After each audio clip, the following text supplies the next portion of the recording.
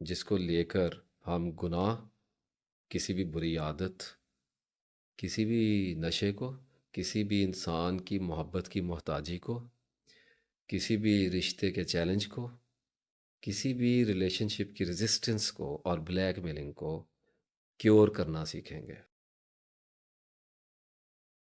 اب ہم وڈرال کو ڈسکس کرتے ہیں تاکہ ہمیں یہ بات کلیئر ہو جائے کہ ہم نے جس بھی آپ جو بھی ویڈیو دیکھ رہے، جو لوگ بھی ویڈیو دیکھ رہے ہیں، وہ اس بات کو طے کر لیں کہ آپ جس بھی شے کو چھوڑنا چاہ رہے ہیں اس میں یہی سب کچھ ہوگا جو ابھی میں آگے بتانے جا رہا ہوں، اس کے اندر اندر ہی ہوگا۔ تو جب بھی کسی گناہ کو ہم چھوڑیں گے تو جو تکلیف آئے گی اس کو وڈرال کہا جائے گا۔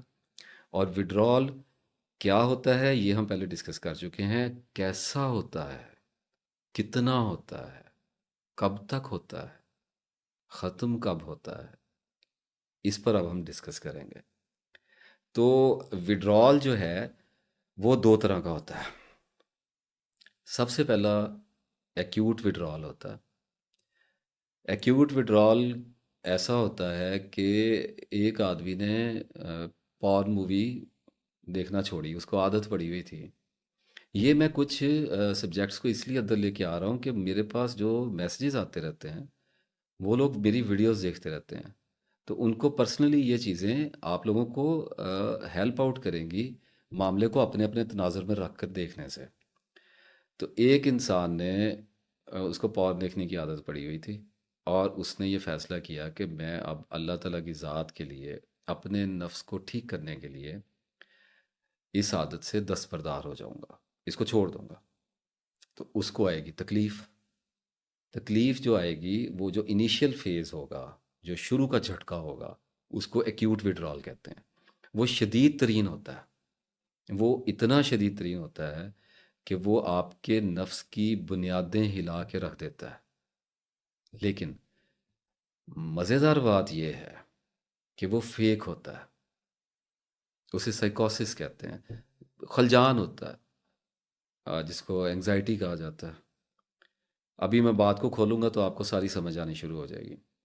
اور یہ میں آپ کو ایک اور بھی اندر کی بات بتاتا چلوں کہ اس میں محبت بھی ڈال لیجیے گا، اس میں نشہ بھی ڈال لیجیے گا، اس میں ہر قسم کا جو گناہ ہے وہ بھی ڈال لیجیے گا، اور اس میں ڈپریشن بھی ڈالیے گا، اور اس میں نیند کی گولیاں بھی ڈالیے گا، اور اس میں اینٹی ڈپریسنٹ ٹیبلٹس بھی ڈالیے گا۔ But please understand, bipolar and schizophrenia جن لوگوں کو ہے، اے ڈی ایچ ڈی تک بھی بات اس میں آ جائے گی، کوئی پرابلم والی بات نہیں ہے۔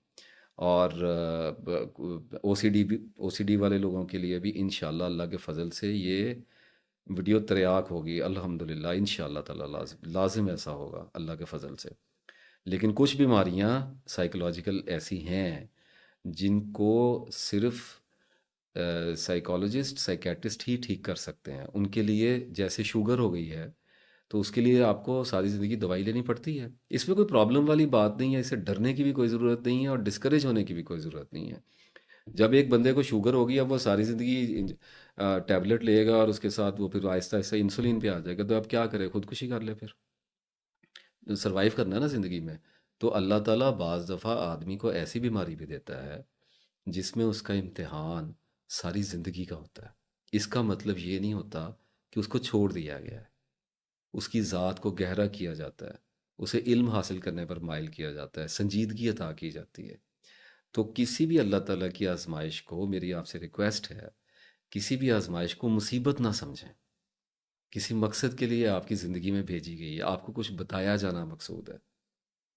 تو لیکن بات بتانے والی یہ ہے کہ میں نے بھی کہا کہ نیند کی گولیاں، اور میں نے پھر کہا کہ اینٹی ڈپریسنٹس، لیکن حکمت کے ساتھ چھوڑنی ہے، صبر کے ساتھ چلنا ہے۔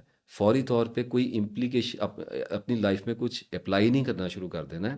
پہلے نالج کو گین کریں، پہلے اس کو اندر جانے دیں اپنے مائنڈ میں، اس کے بعد انالیسز ہوگا، پھر آپ کسی حتمی نتیجے پر پہنچیں گے۔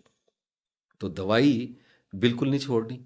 جو لوگ نیند کی گولی لے رہے ہیں، جو لوگ اینٹی ڈپریسنٹ لے رہے ہیں، اپنے ڈاکٹر کے مشورے سے چھوڑیں گے، میری ویڈیو دیکھنے کے بعد چھوڑیں گے، لیکن اپنے ڈاکٹر سے ڈسکس کرنے کے بعد چھوڑیں گے۔